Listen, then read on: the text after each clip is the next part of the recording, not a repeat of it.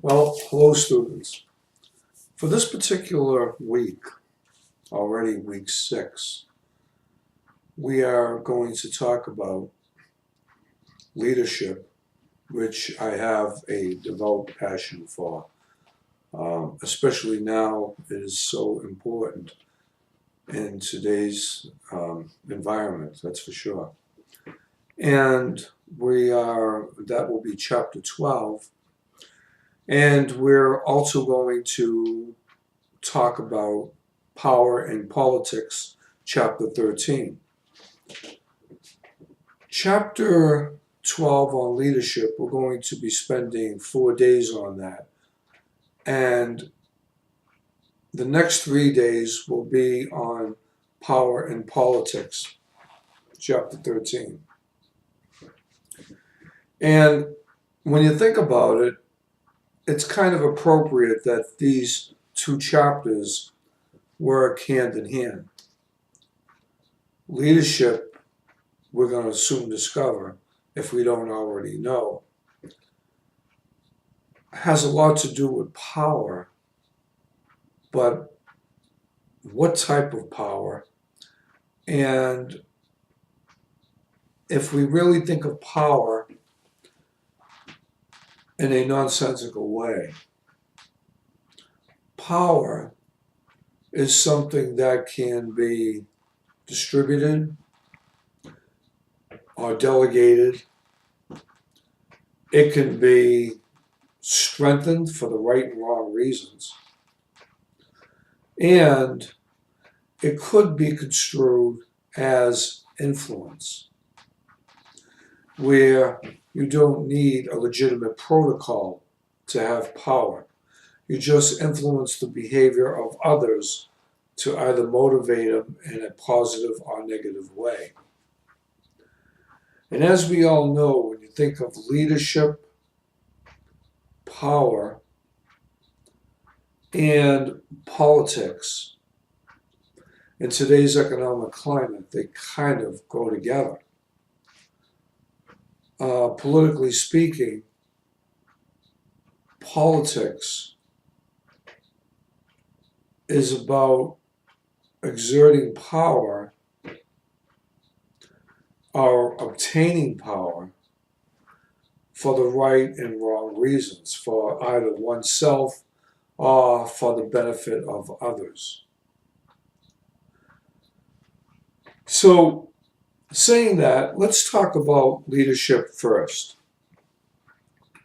Chapter 12.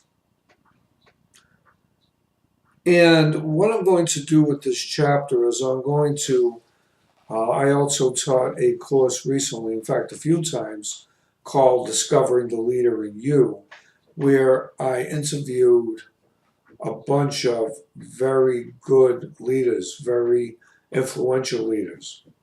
And I made through one or two of those interviews that I did in this particular course, in this chapter, to help you to assimilate or draw your own judgments on the chapter objectives and what they mean. So, if you will, applying the theory to the practical. Okay, let's talk about that. The objectives of this chapter is basically to summarize the conclusions of what we call trait theories of leadership. We're going to go into some of those leadership traits where, what makes a leader a leader? Are leaders born or are leaders made? We want to also identify some of the central tenets and main limitations of the behavioral theories. So what are the theories that some of the theorists have come up with in the past that talk to leadership and what it means? We're going to contrast contingency theories of leadership, and we're going to describe some of the contemporary theories of leadership and their relationship to what we refer to as foundational theories. Now, as we also know, leadership and ethics work hand in hand, or at least they should. So point 5 of the objectives are to discuss the role of leaders in creating what we refer to as an ethical organization. And objective number 6 is to describe how leaders can have a positive impact on their organizations by doing two things: building trust and mentoring. And finally, to identify some of the challenges to our understanding of leadership. Now, again, we'll be spending 4 days on this. There's a lot to talk about when it comes to leadership. Then we're going to, in the next 3 days on chapter 13, we're going to talk about power in politics.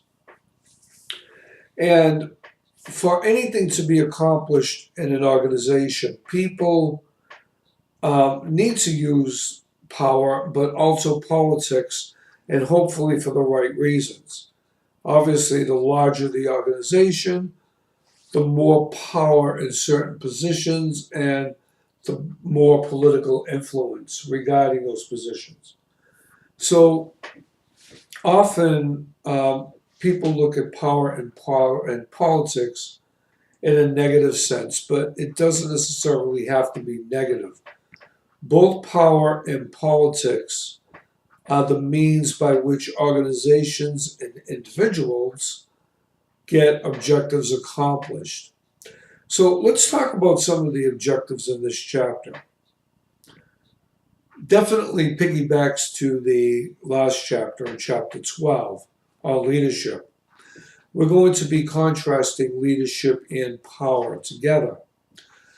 And then we're going to explain what we refer to as formal power. And there are 3 bases of formal power. And then we're going to talk about personal power. So there's formal power, which is basically the legitimate organizational grid. And then there is personal power. That is the influence you have as an individual over the actions of others.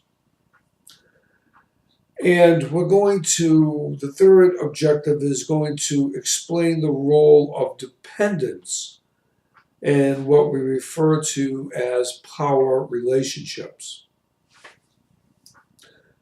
The fourth objective is to identify power, and earlier I talked about influence, so influence can also be construed as a form of power, but we're going to identify power or influence tactics and their contingencies.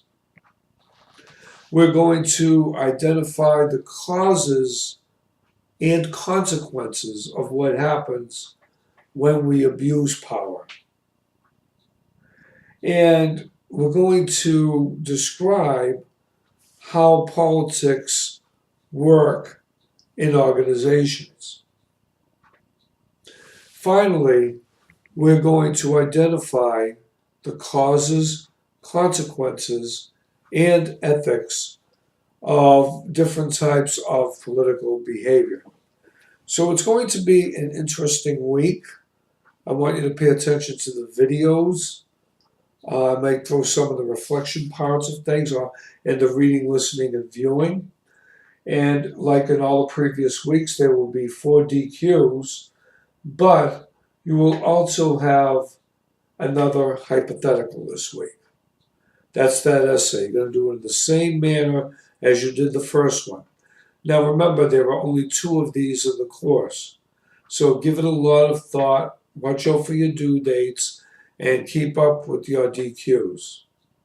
Have a good week.